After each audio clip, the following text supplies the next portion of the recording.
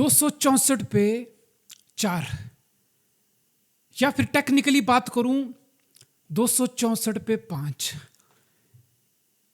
अब तुम खुद समझ जाओ कि ये किसका दिन है, किस टीम को डे 1 के बाद एडवांटेज है और कौन सी टीम इस मैच में थोड़ा पीछे लग रही है। अब मैं थोड़ा सा तुम्हें कॉन्टेक्स्ट दूंगा कि इंडिया का इस सीरीज में आखिर चल क्या रहा है। Yashasvi Jaiswal threw it away, KL Rahul threw it away, Sai Sudharsan threw it away, and Rishabh Pant also in a way did throw it away। अभी आड़े टेढ़े शॉट मारना, अब तुम जो मर्जी बोलो कि ये ऋषभ पंत की नेचुरल गेम है, that's how Rishabh Pant plays, वो उस बॉल पे बड़े आराम से बोल्ड या एलपीडब्ल्यू भी हो जाता, लेकिन हुआ उससे बुरा, उससे कहीं ज्यादा बुरा। अब इंडिया ये मैच एक बिना बैट्समैन, एक क्रंच बैट्समैन के बिना खेलेगी और आने वाला सीरीज का एक और पेंडिंग मैच भी ऋषभ पंत के बिना मोस्ट लाइकली खेलेगी।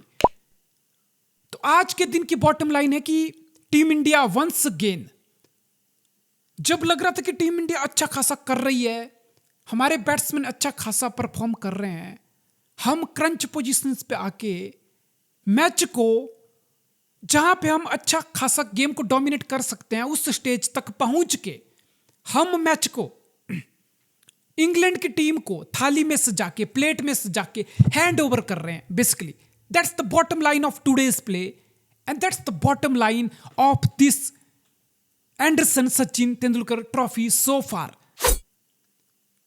बेसिकली हुआ क्या, अब पिच पे हल्का फुल्का घास है, लेकिन अंडरनीथ बहुत ड्राई सरफेस है, और मुझे लग रहा है इस सीरीज में ये वो पिच होने वाली है जिसमें स्पिनर को सबसे ज्यादा हेल्प विद टाइम मिलने वाली है। तो सुबह मॉर्निंग का सत्र, ओवरकास्ट कंडीशन, फ्रेश विकेट्स, नया गेंद, तो पहला सेशन सब एक्सपर्ट या सबको क्रिकेट की जो देखते हैं सब समझ है, सबको लगता है कि यार पहला सेशन अच्छे से निकालो।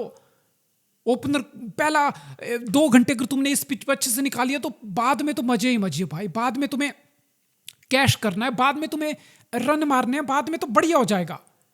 गेस व्हाट, ये जो हमारे इंडिया के बैट्समैन है ना, ये डिफिकल्ट टाइम में अच्छी खासी बैटिंग कर दे रहे हैं, अच्छा खासा स्टैंड पुटअप कर दे रहे हैं, डिफिकल्ट पीरियड को सी थ्रू कर रहे हैं, और फिर बिना विकेट गवाए lunch. Imagine what a great session that was for India. फिर लंच के बाद कंडीशन थोड़ी अच्छी हुई, हल्की फुल्की धूप लगी, गेंद थोड़ी पुरानी हुई, वहां पे हमें एनकैश करना चाहिए था, वहां पे सेट होके केएल राहुल गॉट आउट, यशस्वी जायसवाल गॉट आउट, साई सुदर्शन पूरी मेहनत करके डेब्यू 50 मार के गॉट आउट, जहां पे तुम लंबा 100 कर सकते थे। तो ये टीम इंडिया की कहानी है कि अच्छी कंडीशंस में, अच्छी सिचुएशंस में आके डिफिकल्ट पीरियड को सी थ्रू करके हमने फिर एक बार मोमेंटम इंग्लैंड के हाथों में डाल दी, विच इज नॉट गुड यार, which is definitely not good. और लगातार 14 बार इंटरनेशनल क्रिकेट में लगातार 14 मैच तक टीम इंडिया टॉस नहीं जीत पा रही है। वैसे टॉस जीत के हमारा क्या ही भला हो जाता, जब हमारा कप्तान टॉस पे खुद बोल रहा हो कि I was confused looking at the wicket, I wasn't so sure कि पहले बैटिंग की जाए बॉलिंग की जाए। मैं पहले भी ये सुन चुका हूं कि it's a good toss to lose. अरे जब कप्तान को ही नहीं पड़ी टॉस जीतने हारने की, जब टीम की मैनेजमेंट की कोई स्ट्रेटजी नहीं है सरफेस को देख के, वो खुद बोल रहे हैं कि नहीं भाई हम तो कंफ्यूज है, कैप्टन खुद आके बोल रहा है विकेट को देख के हम कंफ्यूज हैं, तो फिर क्या मायना इंडिया टॉस जीत रही है हार रही है। मैं तो बोलता इंडिया टॉस जीत लेती और इंडिया पहले बॉलिंग ले लेती। इसका क्या मतलब था कि हमें चौथी बार में चेज करना पड़ता और हमसे 150 रन भी चेज नहीं होते। तो आई गेस इससे अच्छा तो है कि हम पहले बैटिंग कर ले, पहले बैटिंग कर लें, फिर या तो हम इंग्लैंड को फिर चौथी इनिंग में 350, 400, 500 का टारगेट दे दें, जो इंग्लैंड चेज करने की नहीं सोच पाए, वरना 375 भी तो इंग्लैंड पहले मैच में चेज करके दे दिया है। तो अब तुम भाई लोगों खुद समझ जाओ कि ये मैच पहले दिन के बाद किसकी तरफ झुका है और कौन इस मैच में पीछे आ गया है। एक अच्छी खासी बैटिंग परफॉर्मेंस पुटअप करने के बाद एक लंबी पारी ना खेल पाना, तो फिर यहां से बहुत बड़ी बात होगी कि टीम इंडिया 400 मार जाए, बहुत बड़ी बात होगी।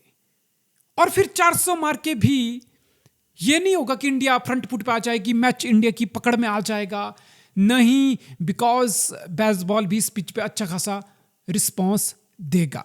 और इस मैच में एक और बड़ी चीज हुई कि करुण नायर का ड्रॉप होना और साई सुदर्शन का कमबैक करना। अब मैंने बहुत लोगों को सुन लिया कि भाई करुण नायर तो बहुत अच्छा दिख रहा था, करुण नायर एक बड़ी पारी से ज्यादा दूर नहीं था, कैप्टन शुभमन गिल और गौतम गंभीर को करुण नायर पे भरोसा दिखाना चाहिए था और करुण नायर को फिर से खिलाना चाहिए था। अरे यार छोड़ो, तुम क्या पंडित बन गए हो क्या? एक बड़ी इनिंग आने वाली थी, क्यों आने वाली थी?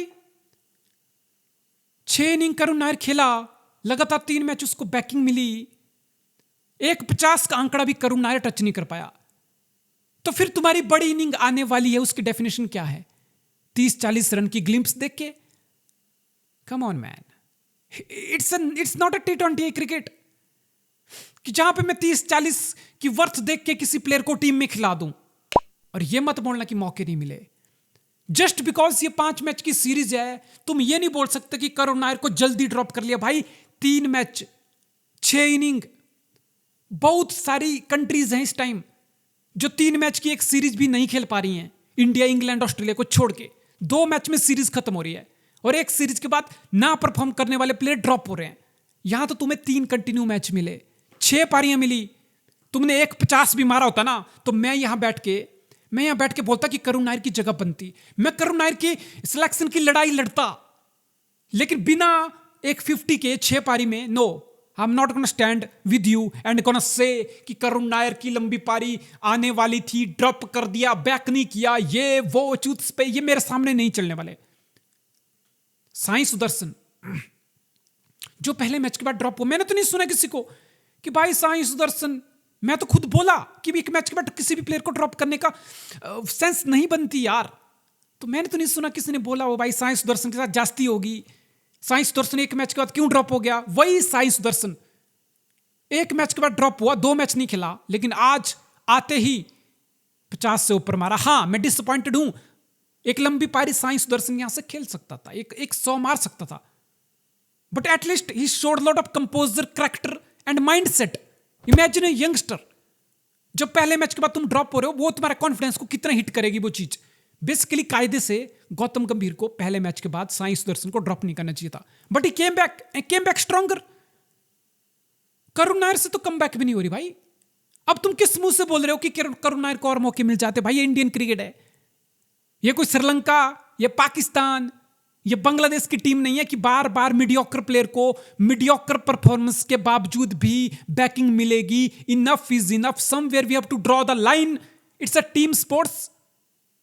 We are already under pressure in this series with 2-1 behind, so we got to make some tough decision, and I think Gautam Gambhir and Shubman Gill made a really tough and right call in the end, because Sai Sudarshan performed, at least scored 50। लेकिन एक selection है जो मुझे समझ नहीं आ रही, शार्दुल ठाकुर। अब तुम बोल सकते हो कि नीतीश रेड्डी बाहर हो गया तो उसके क्लोजेस्ट प्रोफाइल का प्लेयर हमने ढूंढ लिया इस मैच के लिए, लेकिन मैं तुम्हें बताता हूं तुम्हारे घर में भी वेजिटेबल्स बनते होंगे, सब्जी बनती होगी। अच्छा, आज शिमला मिर्च की सब्जी बनानी है, भाई साथ में क्या डालते हैं? आलू डाल देते हैं। आज फ्रेंच बीन्स की सब्जी बनानी है, भाई साथ में क्या डालें? आलू डाल देते हैं। भाई आज गोभी की सब्जी बनानी है यार, साथ में क्या डालूं? आलू डाल देते हैं। भाई आज न्यूट्री बनानी है, सोया न्यूट्री, साथ में क्या डालूं? आलू डाल देते हैं। तो ये जो शार्दुल ठाकुर है ना, ये जो लॉर्ड ठाकुर है, ये इंडियन टीम का इस टाइम आलू बन चुका है भाई। ये हर कहीं घुसा दिया जा रहा है इसको। मेरे हिसाब से तो शार्दुल ठाकुर की सिलेक्शन कोई सेंस नहीं बनाती भाई।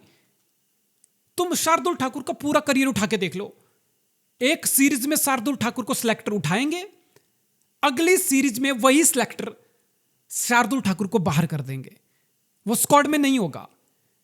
और फिर तीसरी सीरीज में फिर शार्दुल ठाकुर स्क्वाड में आएगा और फिर एक मैच में खेलेगा, 2 मैच में गायब रहेगा, फिर एक मैच में आ जाएगा, फिर गायब रहेगा।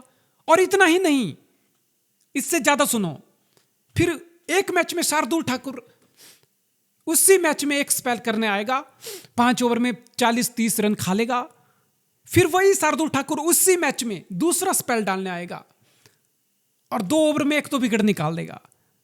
क्या सेंस है इस बात की? किस पैरामीटर पे तुम इस प्लेयर को जज करोगे? किस पैरामीटर पे जज करके इस प्लेयर को खिलाया जाता है? भाई ये सिलेक्शन मेरी समझ से डे 1 से बाहर है। शार्दुल ठाकुर का inclusion every now and then, is a potato of team India. हमें इसकी याद आती रहती है बेवजह, हम इसको यूज करते रहते हैं।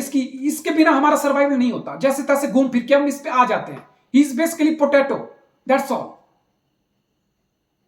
बेन स्टोक्स के मैं एफर्ट देख रहा हूं। बेन स्टोक्स जो आज काम किया है, वीडियो लंबा हो जाएगा, कल एक डेडिकेटेड वीडियो आएगी। बेन स्टोक्स किस तरीके से इंग्लैंड को लीड फ्रॉम द फ्रंट कर रहा है, इज गिविंग इट ऑल।